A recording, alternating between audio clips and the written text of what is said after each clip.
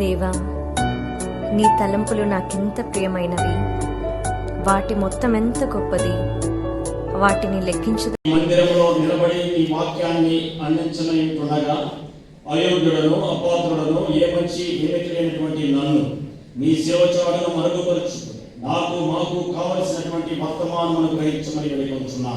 ఇది నాన్న వచ్చినటువంటి ప్రతి బిడ్డను పేరు పేరు వస్తున్న జీవించింది నాయన. నేను మాట్లాడినప్పుడు ఎవరు వినరు, కానీ నా నోటిని బోరగా చేసుకుని మాట్లాడినప్పుడు ఏ హృదయములకు ఎటువంటి వాక్యం అవసరమై ఉంటున్నదో మీరు శుద్ధిగా మాట్లాడేటువంటి దేవుడవు ప్రభువా. వినగలిగినటువంటి చెవిని, గ్రహించగలిగినటువంటి హృదయాన్ని ఇక్కడ చేరిన ప్రతి ఒక్కరికి దయచేయమని వేడుకొంచున్నాను. వాక్యం ద్వారా ఒక ఆత్మైన రక్షింపబడుటకు మీ కృపా సహాయమును అనుగ్రహించగలని యేసయ్య పరిశుద్ధమైన నామమును వేడుకొని ప్రార్థిస్తున్నాను తండ్రి, ఆమేన్. ఇది నా యొక్క ధ్యానాంశము మెనీ యాకిల్ ఉపాస్యం.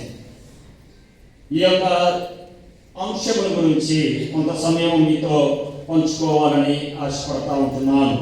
మీరందరూ కూడా దానియేలు గ్రంథము 4వ అధ్యాయము 5వ అధ్యాయాన్ని తెచ్చుకున్నట్లయితే మరి వాక్యము చదవడానికి సమయం లేదు, కానీ దానిలో ఉన్నటువంటి మరి ఆ యొక్క వచనాలను క్లుప్తంగా మీకు వివరించాలని ఆశపడతా ఉంటున్నాను. మనందరికీ కూడా తెలుసు, బబులోను పట్టణానికి నెబుకద్నెజరు రాజుగా ఉండి ఉంటున్నాడు. అయితే ఈ యొక్క నెబుకద్నెజరు దేవునిచే హెచ్చించబడినటువంటి వాడు, దేవుని చేత హెచ్చరించబడినటువంటి వాడు. దానియేలు గ్రంథము 4వ అధ్యాయము 30వ వచనాన్ని మనం ఒకసారి గమనించినట్లయితే నెబుకద్నెజరు గర్వించి ఆయన మాట్లాడుతున్నటువంటి మాట ఏమిటి అనగా, సర్వోన్నతుడైనటువంటి దేవుడు మనుషుల రాజ్యముపై అధికారి ఉన్నాడని మరచి బబులోనును, ఈ మహా విశాల పట్టణము నా బలాధికారమును నా ప్రభావ ఘనతను కనపరచుటకై నా రాజధాని నగరముగా నేను కట్టించినది కాదా అని అతిశయించినప్పుడు సర్వోన్నతుడైనటువంటి దేవుడు నెబుకద్నెజరును ఏం చేశాడంటే అతనిని మరి మానవులలో నుండి తరుమబడి పశువు వలె గడ్డి మేసినట్లుగా దానియేలు గ్రంథంలో మనం చూస్తూ ఉంటున్నాం. అటు తరువాత ఆ కాలం గడిచినటువంటి తరువాత నెబుకద్నెజరు ఆకాశము తట్టు కన్నులెత్తి చిరంజీవియు సర్వోన్నతుడైనటువంటి దేవునికి స్తుతులు చెల్లించి పశ్చాత్తాపడి దేవునిని గణపరిచిన సందర్భంలో తాను తిరిగి పోగొట్టుకున్నటువంటి ఆధిక్యతను, తాను తిరిగి పోగొట్టుకున్నటువంటి రాజ్యాన్ని మరలా కూడా నెబుకద్నెజరుకు అందజేసినట్లుగా పరిశుద్ధ గ్రంథంలో మనము చూస్తూ ఉంటున్నాం. అప్పుడు నెబుకద్నెజరు చెప్పుచున్నటువంటి మాటను మరలా 4:37 వచనంలో దానియేలు గ్రంథంలో మనము చూస్తే నెబుకద్నెజరు ఈ విధంగా అంటా ఉంటున్నాడు, ఈనాడు నెబుకద్నెజరు నేను పరలోకపు రాజు యొక్క కార్యములన్నీ కూడా సత్యములనియు ఆయన మార్గములన్నీ కూడా న్యాయములై ఉన్నవనియు గర్వముతో నటించు వారిని ఆయన అనపశక్తుడనియు ఆయనను స్తుతించుచు కొనియాడుచు గణపరచుచున్నాను. హల్లెలూయా, హల్లెలూయా. ఇది నెబుకద్నెజరు యొక్క ఇంట్రడక్షన్. అయితే ఇక్కడ దేవుని యొక్క వాక్యాన్ని మనం ఒకసారి గమనించినప్పుడు దానియేలు గ్రంథము 5వ అధ్యాయము 1 నుంచి 6 వచనాలు మనం ఒకసారి గమనించినప్పుడు ఇక్కడ బెల్షాజరు యొక్క రాజును మనం చూస్తూ ఉంటున్నాం. ఈయన కల్దీయుల యొక్క చివరి రాజు, నెబుకద్నెజరు యొక్క కుమారుడు. ఈ యొక్క బెల్షాజరు మాటకు బేలు దేవత రాజును కాపాడుగాక అని అర్థంగా ఉంటున్నది.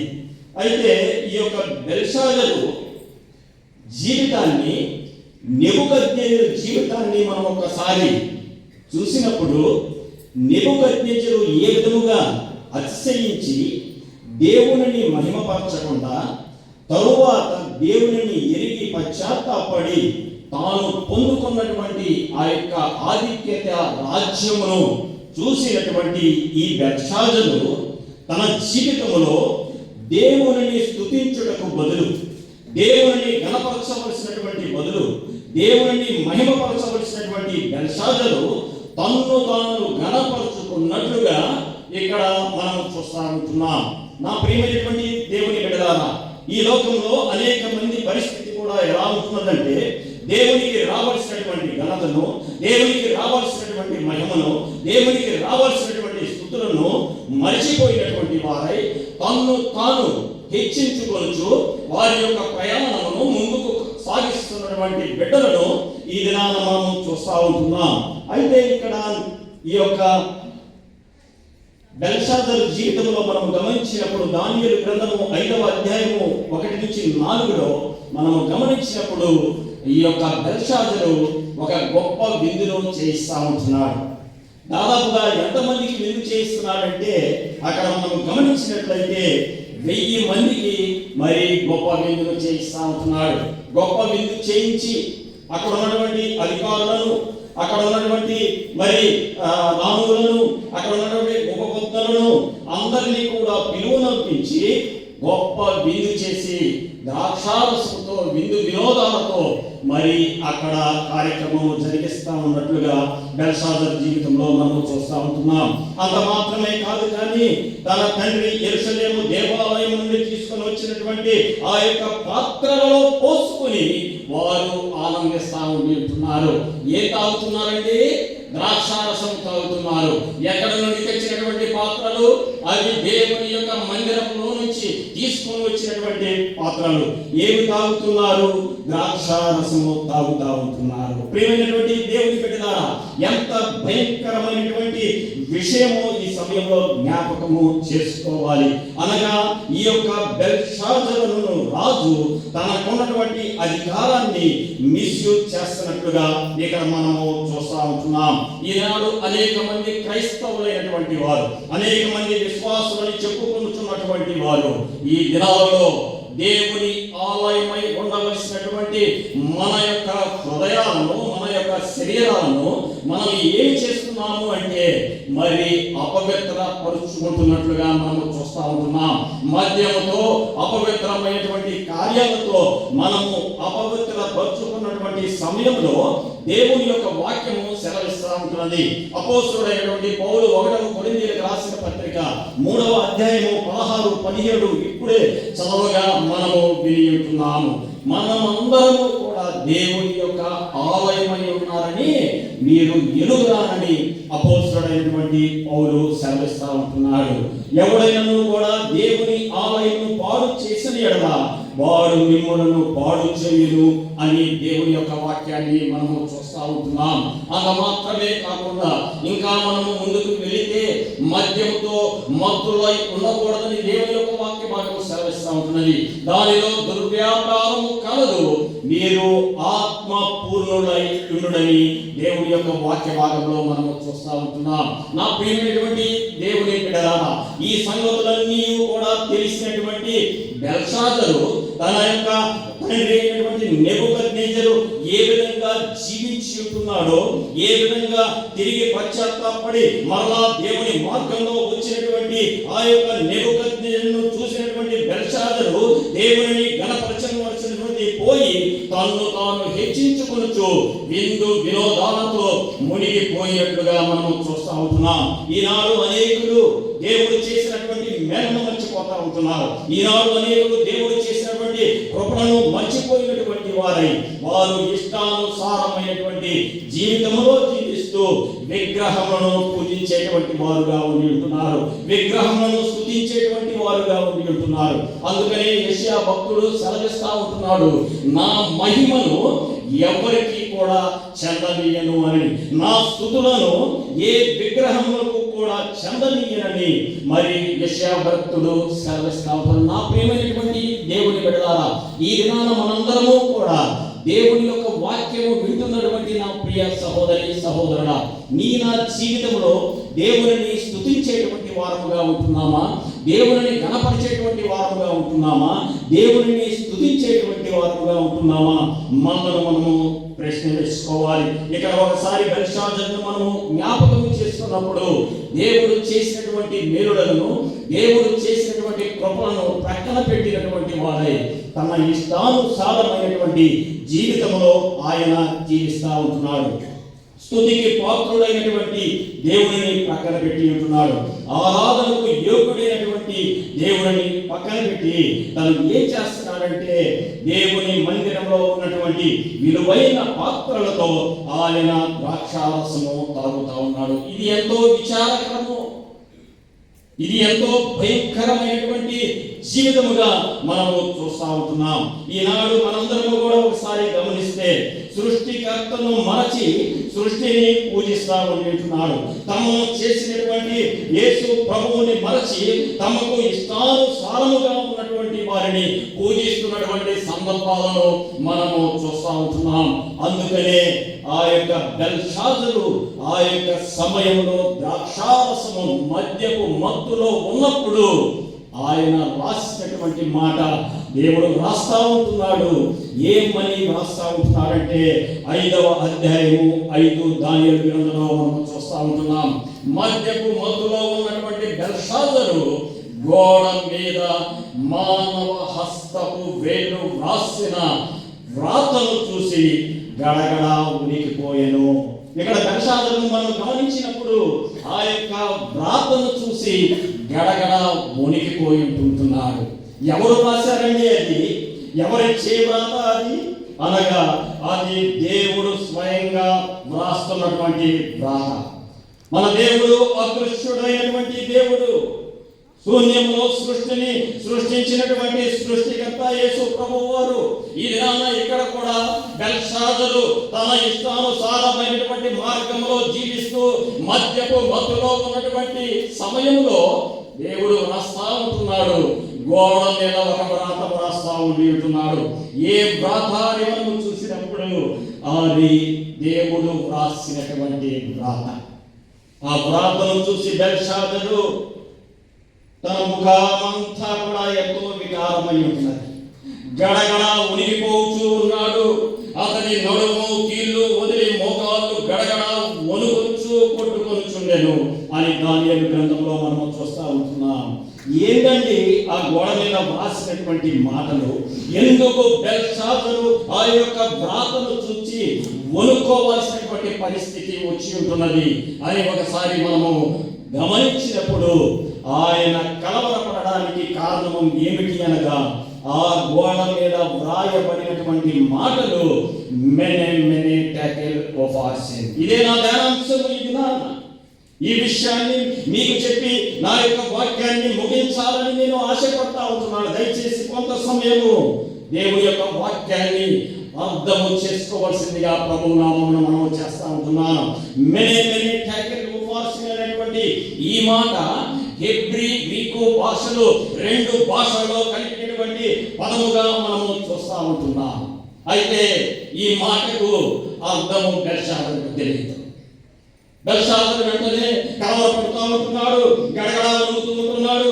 అక్కడ ఉన్నటువంటి ఆ కల్దీయులను, అక్కడ ఉన్నటువంటి గారడీ వారిని, అక్కడ ఉన్నటువంటి అనేక మందిని ఆయన పిలువనంచి వారిని ఏమడుగుతా ఉంటున్నాడంటే ఆయన దీని అర్థము చెప్పగలుగుతారా అని ఆయన అడుగుతున్నటువంటి సందర్భంలో మరి వారిని పిలవనంపించారు. పిలవనంపించినటువంటి తర్వాత వారిని అర్థము అడిగాడు. అర్థం అడిగితే వారు చెప్పలేకపోయారు. అయితే అక్కడ బెల్షాజరు రాజు సెలవిస్తా ఉంటున్నారు, ఎవరైతే దీని భావమును చెప్తారో, ఎవరైతే దీని యొక్క అర్థము చెప్తారో వారికి ఊదా రంగు వస్త్రమును ధరింపచేసి మెడలో సువర్ణమైనటువంటి బంగారు హారమును ధరింపచేసి ఈ రాజ్యంలో 3వ అధిపతిగా నియమిస్తానని అక్కడ మరి బెల్షాజరు రాజు ప్రకటించినట్లుగా మనము చూస్తూ ఉంటున్నాం. నా ప్రియమైనటువంటి దేవుని బిడ్డలారా, అయితే అక్కడ ఉన్నటువంటి గారడీ వారు కానీ, అక్కడ ఉన్నటువంటి జ్యోతిష్కులు కానీ, అక్కడ ఉన్నటువంటి శకునగాండ్రులు కానీ ఏ ఒక్కరూ కూడా దీని భావమును చెప్పలేకపోయి ఉంటున్నారు. ఇంకనూ కూడా ఆ అర్థము తెలియక ఈ యొక్క బెల్షాజరు గడగడ వణుకు భయక్రాంతుడై మిక్కిలి ఆయన ఇక జారిపోతున్నటువంటి సమయంలో భయముతో రాణి ఈ సంగతిని లోపల నుండి వచ్చి రాణి సెలవిస్తా ఉంటున్నది. ఎందుకు నీవు కలవరపడుతున్నావు? బెల్షాజరు, ఎందుకు నీవు కలవరపడుతున్నావు? నీ రాజ్యంలో ఒక మనుషుడు ఉన్నాడు. ఆయన పరిశుద్ధ దేవతల ఆత్మ కలిగినటువంటి వాడు. అతడు దైవ జ్ఞానమును పొందినటువంటి వాడు. ఆయన దైవ జ్ఞానముతో పాటు మంచి వివేకమును, ఆత్మయు, జ్ఞానమును, బుద్ధియు, శ్రేష్టయు ఆయన కలిగినటువంటి వాడు. అతనే దానియేలు. అతన్ని పిలువునప్పుము. నీ తండ్రి అతన్ని కనుగొని, నీ తండ్రి కూడా ఆ సమయంలో కలల భావము ఈ దానియేలు ద్వారా చెప్పినటువంటి వాడు. పిలువునంపము, ఆయన నీకు దీని యొక్క భావమును తెలియచేస్తానని చెప్పినప్పుడు మరి వెంటనే ఆ యొక్క బెల్షాజరు దానియేలును పిలువనంపుతాడు. పిలువనంపి దానియేలుతో ఈ విధంగా అంటా ఉంటాడు, దానియేలు, నీవు దైవ జ్ఞానం వంటి జ్ఞానం కలవాడనియు, పరిశుద్ధ దేవతల మరి దేవతల ఆత్మ కలిగినటువంటి వాడియు, అనేకమైనటువంటి కుటిల ప్రశ్నలకు నీవు సమాధానము చెప్పగల సమర్థుడు అని నేను విని అంటున్నాను. ఈ దినాన నీవు గాని దీనికి భావము చెప్పగలిగితే గోదావరిలోకి వస్త్రము ధరింపచేసి, నీ మెడలో మరి బంగారు హారమును ధరింపచేసి ఈ రాజ్యంలో 3వ అధిపతిగా నీ విస్తారని చెప్పినప్పుడు దానికి దానియేలు అంటా ఉంటున్నాడు, రాజా, నీ దానము నీ దగ్గర ఉంచుకొను, నీ బహుమానము ఎవరికైనా ఇచ్చుకొను. అయితే నేను ఈ యొక్క మాటకు నేను అర్థము చెప్తాను అని చెప్పి ఉంటున్నాడు. నా ప్రియమైన దేవుని బిడ్డలారా, మనందరికీ కూడా తెలుసు దానియేలుని గురించి. దానియేలు యొక్క గుణలక్షణాలను మనం ఒకసారి గమనించినప్పుడు శ్రేష్టమైనటువంటి బుద్ధి కలిగినటువంటి వాడు, మంచి ప్రార్థనాపరుడు, ఆయన దేవుని యందు భయభక్తులు కలిగినటువంటి వాడు. దానియేలు అను మాటకు అర్థం ఏమిటో తెలుసా? దేవుడు న్యాయాధిపతి అని అర్థాన్ని మనం చూస్తా ఉంటున్నాం. దానియేలు వచ్చాడు, దానియేలు సెలవిస్తా ఉంటున్నాడు, నేను దీని యొక్క అర్థము నేను చెప్పగలను. ఎందుకనగా దైవజనులను మనం గమనించినట్లయితే ఎవరైతే పూర్ణ హృదయంతో, పూర్ణ ఆత్మతో, పూర్ణ బలముతో దేవుని సేవ చేస్తా ఉంటున్నారో అలాంటి దైవజనులు ఏ ఒక్కరు కూడా ఈ లోకంలో ఇచ్చేటువంటి ఆస్తులు కానీ, ఈ లోకంలో ఇచ్చే బహుమానాలు కానీ, ఈ లోకంలో వచ్చేటువంటి ఆధిక్యతల కొరకు ఎవరు కూడా ఇష్టపడరు. ఎందుకో తెలుసా? అవి తాత్కాలికమంది. యెహోవా ఇచ్చు ఆశీర్వాదమే ఐశ్వర్యం ఇచ్చునని ఈ యొక్క దానియేలు గ్రహించి ఉంటున్నాడు. దానియేలు ఏమి కోరుకుంటున్నాడంటే దేవుడిచ్చే ఆశీర్వాదం కలిగి వెళ్ళాడు, కానీ మానవుడు ఇచ్చే ఆశీర్వాదం కలిగి ఆయన వెళ్ళనట్లుగా మనము చూస్తా ఉంటున్నాం. సరే, ఆ గోడ మీద రాసి ఉన్నటువంటి మాటను మనం గమనిద్దాం.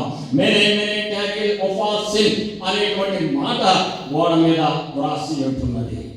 ఆ మాట ఇప్పుడు దానియేలు చెప్తా ఉంటున్నాడు. దాని అర్థం ఏమిటో చెప్తా ఉంటున్నాడు.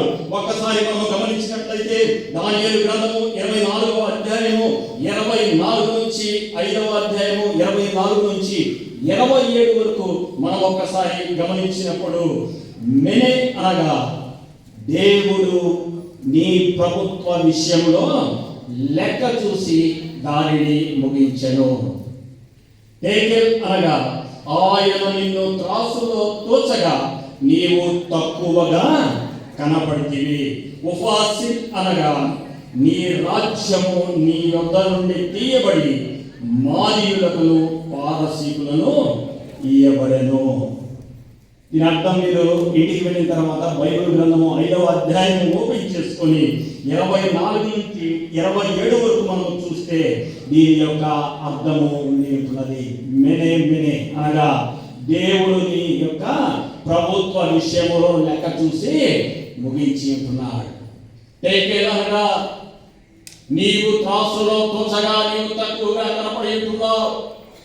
ఉఫాసిల్ లేక ఫెరెస్ అనగా నీ రాజ్యము నీ యొద్ద నుండి విభాగింపబడి మాదీయులకును, పారసీకులను ఇవ్వబడెను. అనగా దేవుడు బెల్షాజరు విషయంలో ఆయన లెక్క చూసి ముగించి ఉంటున్నాడు.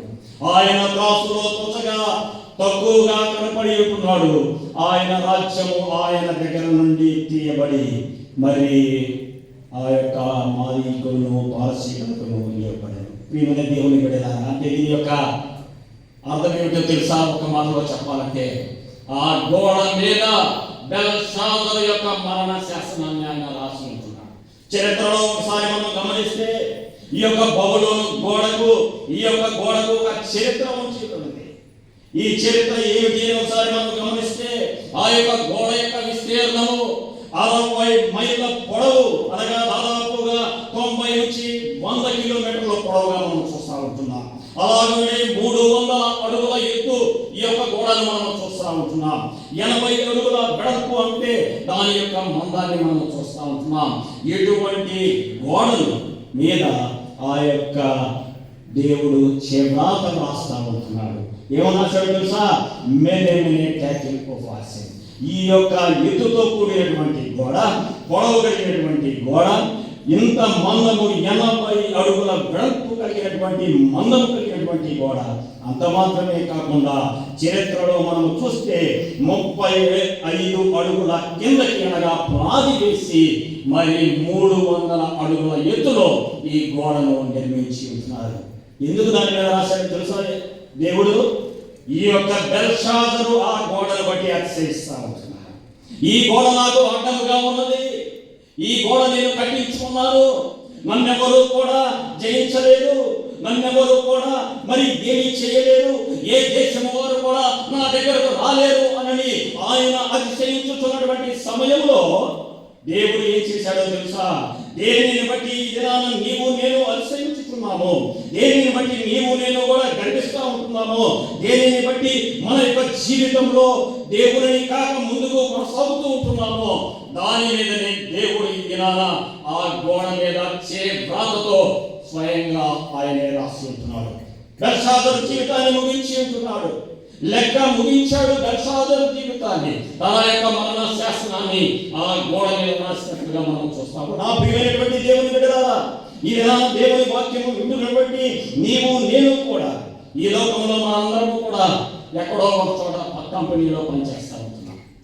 కంపెనీలో పనిచేస్తున్నటువంటి సందర్భంలో ఆ కంపెనీ వారు మనల్ని తీసివేసినా, లేకపోతే మనంతటి మనము మానేసిన ఆ కంపెనీ వారు ఏం చేస్తారంటే మనకొక లెక్క చూసి ఈ యొక్క బిడ్డ ఎప్పుడు జాయిన్ అయ్యాడు, ఎంతవరకు పని చేశాడు, ఈయనకి ఎంత అమౌంట్ వస్తుంది, ఫైనల్ అమౌంట్ అంతా కూడా సెటిల్ చేసి మనకేం చేస్తారంటే ఆ అమౌంట్ అంతా కూడా చేతిలో పెడుతూ చివరికి ఒక కాగితం ఇస్తారు మనకి.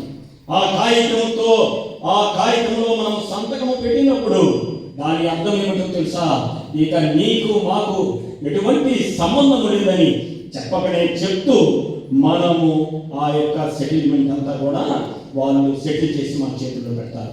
ఈ లోకంలో ఒక చిన్న ఉద్యోగం చేస్తూ ఉంటే, ఎటువంటి లెక్కలు, ఎటువంటి సెటిల్మెంట్ చేసుకుంటా ఉంటే, జీవం కలిగినటువంటి దేవుడు ఆయన అప్పగించినటువంటి పనిలో నీవు నేను కూడా నమ్మకముగా చేయకపోతే ఆయన ఎటువంటి రీతిగా లెక్క అప్పచెప్తాడో బెల్షాజరు జీవితంలో మనం చూస్తూ ఉంటున్నాం.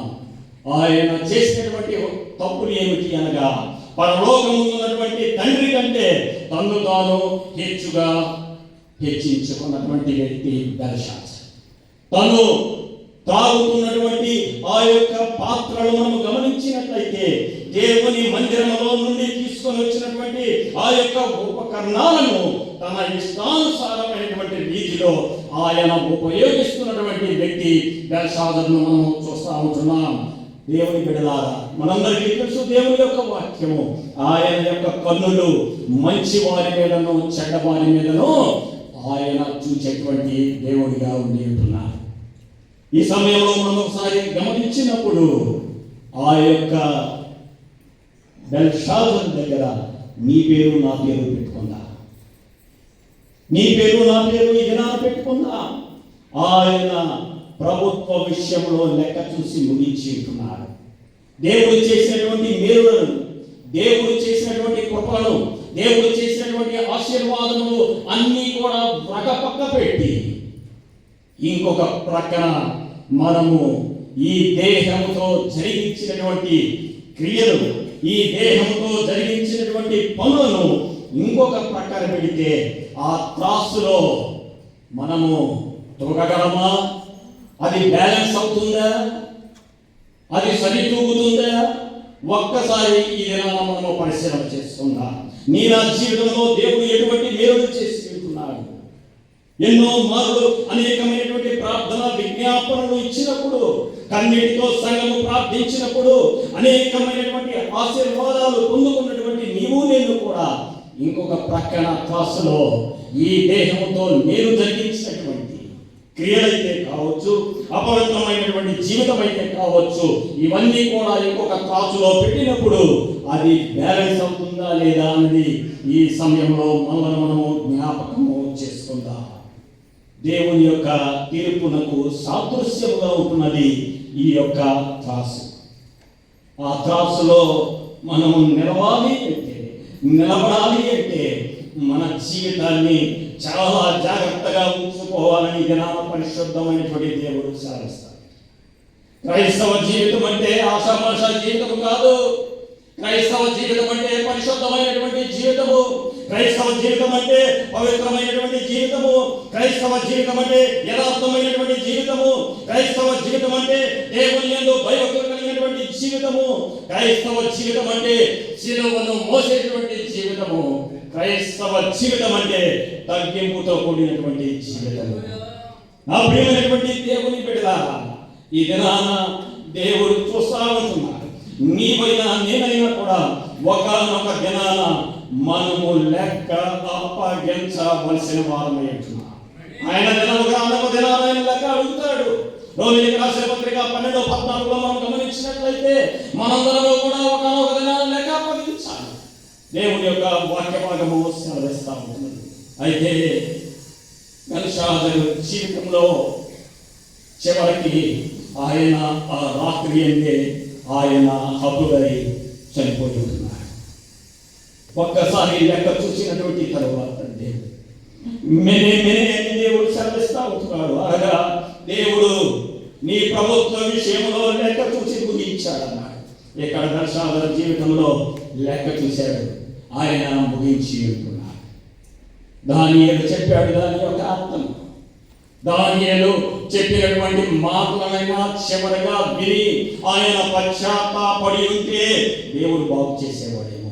అయితే దానియేలు చెప్పినటువంటి భావాన్ని విన్న తర్వాత కూడా అతనికి ఎటువంటి మార్పు లేకుండా ఆయన అంటా ఉంటున్నాడు. దానియేలుకు ఊదా రంగు పుస్తకము ధరింపచేసి మరి మెడలో బంగారు హారమును ధరింపచేసి ఇతనిని రాజ్యంలో 3వ అధిపతిగా ఉంటానని ఆయన ఆజ్ఞను ఇస్తారు.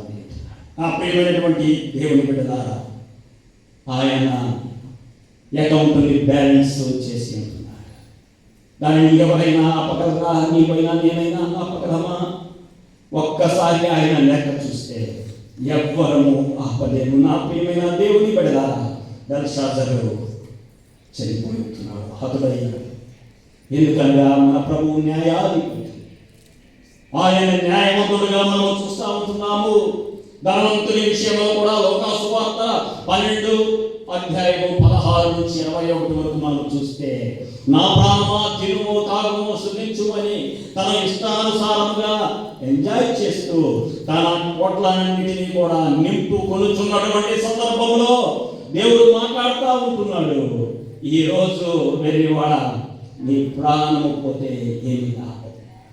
లెక్క ముగించాడు ధనవంతుడు. ఇది నా దేవుడు నాతో మాట్లాడుతున్నాడు. వాక్యము చెప్పుతున్నటువంటి నాకు, ఈ వాక్యము నాతో దేవుడు మాట్లాడుతూ ఉంటున్నాడు. మీరు చూడటువంటి మీతో దేవుడు మాట్లాడుతూ ఉంటున్నాడు. దేవుడు లెక్క అప్పచెప్పకమునిపే మనందరం కూడా సిద్ధపడాలి. ఆయన లెక్క ముగించక ముందే మన జీవితాన్ని దేవునిలో కట్టుకోవాలని ఈరోజు వాక్యము ద్వారా ప్రేమతో మిమ్మల్ని హెచ్చరిస్తూ ఉంటున్నాను. ప్రియమైనటువంటి దేవుని సంగమా, కృప కలిగినటువంటి దేవుడు దానియేలు వంటి దైవజనుని ద్వారా హెచ్చరిక చేసినప్పటికీ కూడా ఆ హెచ్చరికలను పట్టించుకోలేదు. ఇది మనందరము కూడా అనేక మంది దైవ సేవకులు ఇండియాను చూస్తూ ఉంటున్నారు. అనేక మంది దైవ సేవకుల ద్వారా మనము వాక్యము వింటూ ఉంటున్నాం. ఇది అనేక మంది బిడ్డలు వచ్చి ఉంటున్నారు, నాకు తెలుసు. వచ్చే వారము రంజాన్ ఉన్నది కాబట్టి ఈ దినాన అనేక మంది బిడ్డలు అనగా మీ అందరూ సిద్ధపడడానికి రంజాన్కి ఏ విధంగా అయితే మీరు సిద్ధపడతా ఉన్నారో కువైట్ గృహాలలో పనిచేసి ఈరోజు మందిరానికి వెళ్ళాలి, ఈరోజు దేవుడి యొక్క వాక్యం వినాలి అని ఎంతో ఆసక్తితో వచ్చిన నా ప్రియమైనటువంటి దేవుని బిడ్డలారా, నా ప్రియమైనటువంటి విశ్వాసులారా, దేవుడు మాట్లాడుతూ ఉంటున్నాడమ్మా. అనేక మంది సేవకుల ద్వారా మీతో నాతో మాట్లాడుతున్నాడు. అనేకమైనటువంటి వాక్యాలు మనం వింటా ఉంటున్నాం. ఇండియా నుంచి అతిథి వర్తమానికులు వారం వెంబడి వారం ఏదో ఒక విషయం వస్తూ ఉంటున్నారు. వారందరూ దేవుని యొక్క వాక్యాన్ని అందిస్తూ ఉంటున్నారు. మనము మారేటువంటి వారముగా ఉంటున్నామా? మారు మనసుకు తగినటువంటి ఫలాలు ఫలించేటువంటి వారముగా ఉంటున్నామా? మనము పరీక్ష చేసుకుందాం. గత సంవత్సరంలో ఉన్నటువంటి వారు ఈ సంవత్సరంలో లేరు. అయితే ఈ సంవత్సరంలో నీవు నేను ఉన్నాము అంటే దేవుని యొక్క కృప. వారి కంటే యోగ్యులము కాదు మనము, వారి కంటే మంచి వారము కాదు. అయినా కూడా దేవుడు తన ఉచితమైనటువంటి కృప ద్వారా నిన్ను నన్ను కూడా రక్షించి మరొక సంవత్సరంలోనికి ప్రవేశింపచేసి ఉంటున్నాడు. వచ్చే బుధవారము బుధవారము శిలువ శ్రమల దినాలలో మనము ప్రవేశించబోతున్నాము.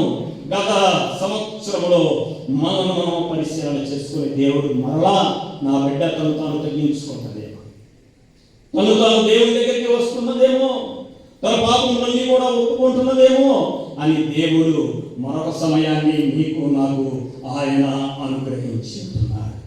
సెలవులో ఆయన నీ కొరకు నా కొరకు కూడా తమ అమూల్యమైనటువంటి రక్తాన్ని అనగా తనము ప్రాణము పోవునంతగా మనలను ప్రేమిస్తూనే ఉన్నాడు.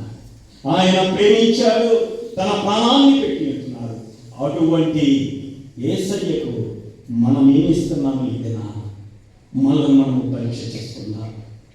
ఆయన రక్షణను మనం తృణీకరించిన లేకపోతే ఎవరైతే ఇంకా కూడా యేసు ప్రభువుని సొంత రక్షకుడుగా అంగీకరించలేదో ఇదే మిగిలి అనుకూలమైనటువంటి సమయము, నేడే రక్షణ దినమని దేవుని యొక్క వాక్య భాగము సెలవిస్తూ ఉంటున్నది. కాబట్టి అతి రీతిగా సిద్ధపడదామా? అతి రీతిగా మనము దేవుని ఎదుట పరీక్ష చేసుకుందామా? ఈ సమయంలో జ్ఞాపకం చేసుకుంటా ఎంత జరిగినటువంటి తరువాత బెల్షాజరు జీవితంలో దేవుడు కోరుకున్నది ఒకటేనమ్మా. ఏ గొప్ప కార్యాలను దేవుడు కోరుకోలేదు. ఆయన కోరుకున్నది ఒకటి. ఏమిటో తెలుసా? ఆయన దగ్గర నుండి స్తుతులు కోరుకున్నాడు. హృదయపూర్వకముగా నన్ను స్తుతిస్తే చాలనుకొని దేవుడు కోరుకొని ఉంటున్నాడు. ఇది మీ దగ్గర నుండి నా దగ్గర నుండి ఆయన కోరుకున్నది ఏమిటో తెలుసా? ఆయనను పూర్ణ హృదయముతో ఆత్మతో బలముతో స్తుతించాలని ఆయన కోరుకుంటా ఉంటున్నాడు. ఇది రీతిగా సిద్ధపడదామా? ఇక్కడ బెల్షాజరులన్నిటినీ కూడా పక్కన పెట్టి రాజు కాబట్టి తన యొక్క అధికారాన్ని మిస్యూజ్ చేశాడు. తన ఇష్టానుసారముగా జీవించాడు. తను తాను హెచ్చించుకొని ఉంటున్నాడు. ఇంకా కూడా బంగారము, వెండి, ఇనుము, ఇత్తడి, రాయి, కర్ర వంటి విగ్రహములను ఆయన స్తుతించినట్టుగా మనం చూస్తా ఉంటాం. అనగా దేవునికి రావాల్సినటువంటి ఆ యొక్క ఘనతను, దేవునికి రావాల్సినటువంటి ఆ మహిమను విగ్రహములతో చెందించాడు. జీవము కలిగిన దేవుడు ఎంత దుఃఖపడి ఉంటాడో తెలుసా? ఎంత దుఃఖపడి ఉంటాడో తెలుసా? ఈ దినాన నా బిడ్డలను నా సారూప్యం నుండి చేసుకొని నా వలే ఈ యొక్క బిడ్డలు ఉండాలని నేను సిద్ధపరుచుకున్నాను. అయితే వీరు విగ్రహాలను పూజిస్తున్నారని ఆయన దుఃఖపడినటువంటి సందర్భం బెల్షాజరు జీవితంలో అదే జరిగింది. ఇది నా ప్రియులారా, ఇంకనూ కూడా మనము పాపములో, పాప కార్యాలలో పాల్గొంటూ ఉంటే దేవుడి దినాన్ని హెచ్చరిస్తూ ఉంటున్నాడు. దేవుడి దినాన్ని మనతో మాట్లాడుతూ ఉంటున్నాడు. ఇక చాలు, వాటిని వదిలేక పరిశుద్ధమైనటువంటి పవిత్రమైనటువంటి జీవితాన్ని జీవించడానికి మనము సిద్ధపడదాం. ఆయన మాట విందామా? ఆయనకు లోపడదామా? లేకపోతే ఇంకా నా ఇష్టమండి, ఇది నా జీవితం అండి, నేను ఇంకే వెళ్తానండి అని ఒకవేళ నీవు అనుకుంటే నా పిల్లగా దేవుడు ఏ విధముగా బెల్షాజరు జీవితమును లెక్క చూసి ముగించాడో ఈ విధాన మన జీవితాన్ని కూడా ముగించడానికి ఆయన సిద్ధంగా ఉంటున్నారు. 2 నిమిషాల్లో నా వాక్యాన్ని ముగించాలి. అందరూ కూడా తమలో ఉంచుదాం. విన్నటువంటి వాక్యాన్ని బట్టి మనము పరీక్ష చేసుకుందాం. దేవుని యొక్క వాక్యము సెలవిస్తా ఉంటున్నది. ఆయన దగ్గరకు వచ్చి ఆయన దగ్గర మనం జీవితాలను